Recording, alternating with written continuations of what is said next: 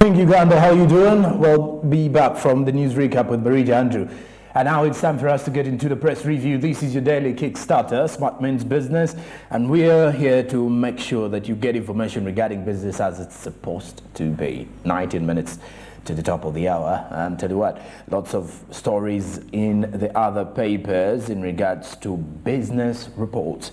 The Independent has started with something to do with the Isimba shutdown, and they're apparently saying that the energy minister says that nobody will be punished until investigations are concluded. The abrupt shutdown of the 183 megawatts of Isimba hydropower plant on August 8th continues to cause anxiety among us Ugandans. Yesterday, the Deputy Speaker to Parliament, Right Honourable Thomas Tayebwa, apparently made a tweet or tweeted something regarding that Isimba dam, and he was actually saying this time around is that they have something to do about it, and that is where we are going into this particular discussion. Well, away from that particular report regarding the Isimba dam, the Daily Monitor is highlighting that President Museveni wants action against airport officials. How about this one? This is a big report. He says that he needs answers. The President did write to the Works and Transport Minister, General Katumba Wamala, demanding for action against Uganda Civil Aviation Authority officials responsible for what he was briefed to be less than satisfactory safety measures at the Entebbe International Airport. And this is, if you want to see more of this particular report, is on page 4, Daily Monitor as well. Now, also on the other hand, as we look into the different situations, hackers have disabled the National Water and Storage Corporation IT system. Another report courtesy of the Daily Monitor. Today is the 25th of August 2022. Away from the Daily Monitor now, the New Vision is highlighting that 8,000 parishes get parish development model cash. How about that report? Is another one that you would definitely need to be part of in regards to following more on that. Then also on the other report is that over 1,000 JO workers face deportation as thousands continue to queue up at the Ministry of Internal Affairs to ensure that they get passports and set up visas to go and work abroad. Over 1,000 of them are set to face deportation. Who are those and why? More with the New Vision. Then the Uganda National Roads Authority is set to build 22 new roads and 6 bridges. New Vision says that that UNRA is to tarmac 22 new roads, as engineer Samuel Muhozi, the acting executive director, say they have started the procurement processes of this one to ensure that this comes to happen. Okay, that is it for the press review this morning. Let's get into the SMB International news.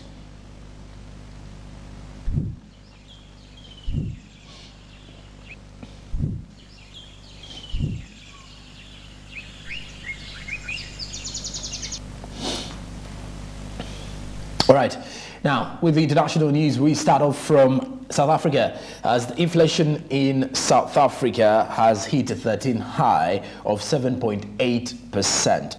The continent's leading industrial powerhouse's consumer price inflation accelerated in the month of June. Now, South Africa's inflation hit a new record high of 7.8% year-on-year in July. Now, this is the highest level in 13 years, driven mainly by rising food, transport and electricity prices. Official figures did reveal this on Wednesday.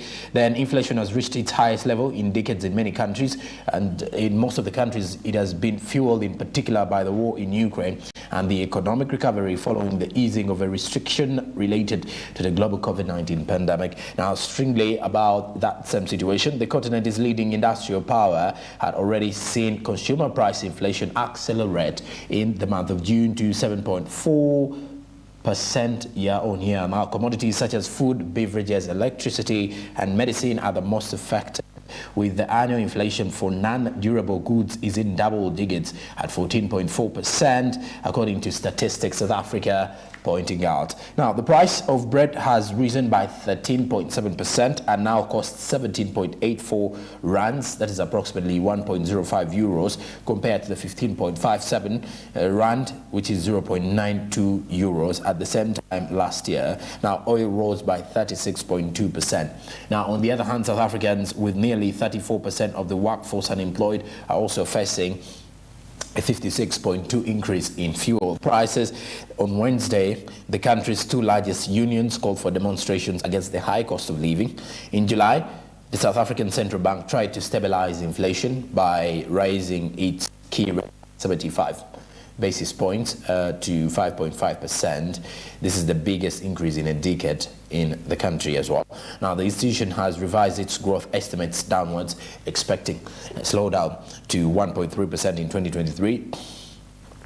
This is before a slight rebound of 1.5% in the year of 2024. All right, now, following that issue of inflation in South Africa, the South African unions now striked over the same matter. The South African unions went on strike on protests against high cost of living, which has made it hard for those in business and the livelihood of many of the South Africans. Hundreds of South Africans protested in the executive and legislative capitals of Pretoria and Cape Town on Wednesday against inflation that has soared to a 13-year high. Now, the protests were led by the trade union group Congress of South African Trade Unions, COSATU, a longtime ally of the governing African National Congress. The labor unrest often affects sectors such as mining during wage negotiations, but it's rare for COSATU, which is South Africa's biggest union, to lead a national protest. Union officials said more protesters were expected to join the marches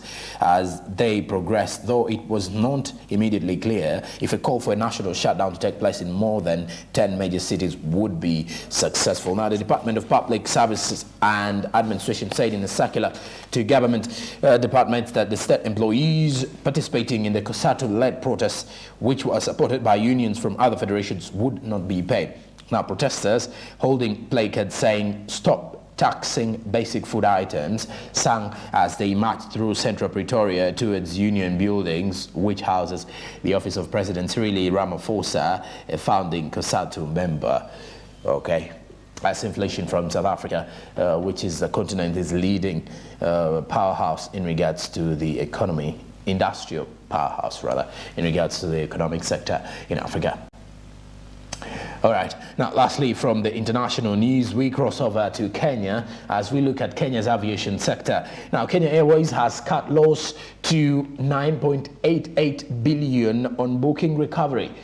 As the national carrier, Kenya Airways, said on Wednesday, recovering global air travel helped the airline further narrow its losses in the second quarter of this year, as even as high fuel costs weighed down its performances. Kenya Airways reported a half-year loss of 9.88 billion shillings, 9.88 billion Kenyan shillings, and narrower than the 11.48 billion Kenyan shillings loss it reported in the same period a year earlier. The performance came as its revenues jumped by more than 3/4 to 48.10 billion Kenyan shillings on account of higher booking revenues. The performance was, however, weighed down by operating costs, which grew by half to 53.11 billion on the back of a sharp rise in global prices of fuel, according to the airline. The airline last made a profit in 2012 when it closed with net earnings at 1.66 billion shillings. The huge accumulated loss has seen Kenya Airways slip into negative equity, meaning it is technically insolvent. Now, Kenya Airways' negative equity deepened to 83.4 billion shillings at the end of 2021 from 64.2 billion shillings the previous year. The airline has largely benefited from a number of state bailout packages which have helped keep it afloat, the latest being 20 billion shillings in the supplementary budget before the National Assembly. Now, the Ministry of Transport said in July that the 36 billion bailout to be dispersed to Kenya Airways in the current financial year is conditional and will only be released to the airline after achieving targets. The ministry said that there has been a move in the right direction in terms of Kenya Airways meeting the targets, and that is a matter of time before they revert to profitability. And Kenya Airways yesterday released a report regarding a passenger who died on flight. And you can definitely see that is another pinch for one of Africa's biggest air carriers. Okay, that's it for the international updates. Now let's have some motivation time with the business tip, taking it fast this morning.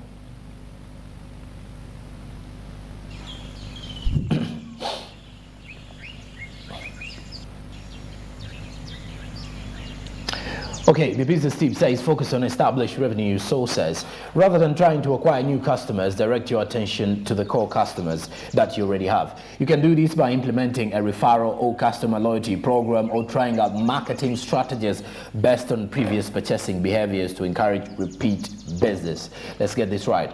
Rather than trying to acquire new customers, direct your attention to the core customers you already have, the customers that started with you, the customers that you do have already. You can do this by implementing a referral or customer loyalty program.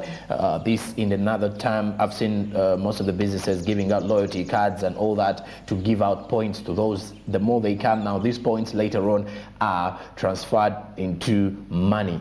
So at the end of it all, you're encouraging customers to keep on coming into your business, and at the end of the day, they are going to refer to other customers. So your focus is directly hitting two birds with one stone, but you are indirectly targeting other customers. So do not focus on getting them. Focus on, first of all, retaining the ones you have. And in the long run, you will see how these particular ones will refer the new ones to come into your business, and then you're getting more customers, and then you're getting more people supporting your services or the business that you are pursuing. That is it for the business tip of the day. How about the business quote this morning?